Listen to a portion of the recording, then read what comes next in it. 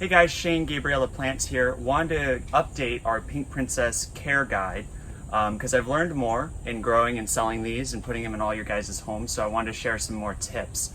One thing I've learned is that there is certainly a balance between bright light and still needing shade. What you don't want to do with the Pink Princess is put it right next to a window for two reasons. One, a lot of the time it's going to be too bright. And number two, the air closest to your window is normally the air that lacks humidity the most, and that's their number one desire in life, is really humidity. That being said, you still want to have bright light in your environment that you're putting your Pink Princess in, especially considering the pink variegation does not contain the chlorophyll that's needed to provide energy to the plant.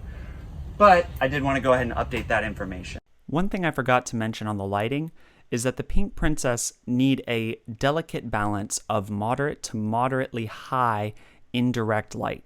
If the Pink Princess is in too bright of a light, you'll start to lose the burgundy color and replace that with this green color, and your pink variegation can begin to appear white. If you're having this green and white appearance to your Pink Princess, it's either a sign of too much light or of a lack of nutrients. The other thing to note is that it is much healthier, rather than having a half and half leaf, to have something that has much more speckling and smaller chunks of pink. That's going to do well long term compared to the much more all pink leaves. These are much weaker leaves and will need much more precise environments in order to survive.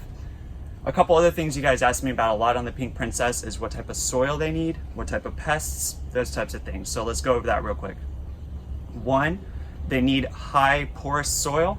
So we use the same soil in all of our plants here at Gabriella Plants, just an 80% Canadian peat to 20% perlite. But on the Pink Princess, we step up that mixture to being more 40-60 with additional perlite to give it a little bit more airflow. They do like to remain moist, but they like to dry out between waterings. That being said, don't let it stay dry for too long. Every Pink Princess that leaves our greenhouse does have a 6-month time release fertilizer, either in the soil or as beads on top of the soil. So once you can squeeze those beads, at this time they're purple, but the colors can change. Once you can squeeze those beads and pop them entirely, it's probably time to reapply fertilizer, as the Pink Princess really like their nutrients. Any type of general purpose fertilizer like a 15-15-15 or the like will work just fine, either in water soluble or granular. As far as pests are concerned, the only real pest that a Pink Princess will get in our experience is mealybugs and occasionally aphids. If either one of these happens, they're pretty easy to treat, either with neem oil, or here at the greenhouse we do use a pesticide called Tristar, and there are some other general purpose insecticides on the market that would also meet the requirements to kill those, although they're not real pest magnets. So unless you have a outbreak in another area, normally Pink Princess are not going to be the plant that your pests show up on first. Cool. So another thing I get asked a lot about is how to trim them and repropagate them. Obviously this is around the size that we prefer to ship them in, mainly so that they're safer in the box. The larger the plant gets, the easier it is to break up during shipment, which is a fine line because you don't want something too small either. But when we do go to trim them, we propagate them by sticking them in soil directly. So what you can look for are your aerial roots, and anywhere where there is that root sticking there, you're pretty safe to trim. So in this plant right here, based off this root, I would go ahead and trim it close to right beneath that, but paying special attention not to cut that extra leaf there if I can. Just like that. So eventually what will happen is this, from this point that we cut it, it will kind of harden and look more like a stump, and then eventually a new shoot of growth will come out, normally from right around here. So if you were going to propagate this, you could put this directly into soil. Also, considering it has 3 nodes here, you could also get away with divvying it up into multiple sections. So you could also trim it here, and although this tip cutting only has 2 leaves, so I personally would leave these 2 together, you could also trim this there as well, giving you 3 new cuttings to try to propagate to share with your friends.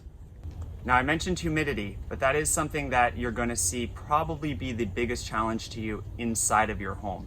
If you begin to see that new growth as it pops out is getting smaller and smaller or is beginning to look crinkled in its appearance, it's probably a sign of lack of humidity. So there's two options. One, you can put it in a more humid area.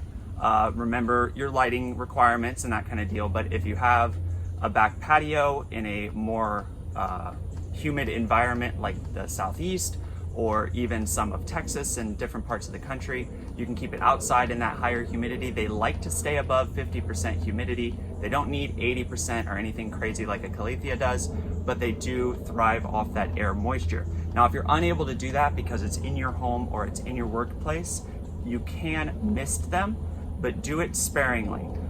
If there's no new leaf actually in the process of unfurling, there's not a whole lot of need to mist it, as the leaves themselves do not need the mist moving forward. But in order to get the leaf to completely come out and show its true beauty, that may need a little bit more moisture. So you can mist them. I would say though, don't mist them more than once a day, preferably once every other day at maximum, because if you do leave their leaves wet too long, they are prone to getting some bacteria spotting like these are here, which is something that isn't a huge deal, normally goes away once the moisture does dry up, but something to be aware of as well.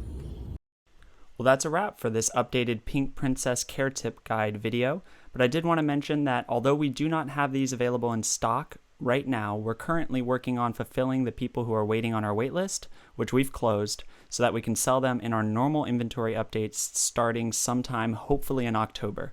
So if you're interested in getting one of our Pink Princess, you can go to GabriellaPlants.com, search for Pink Princess, and click the button that says Get Notified when back in stock so that you will be aware of when we restock these in the future. Have a good one, guys.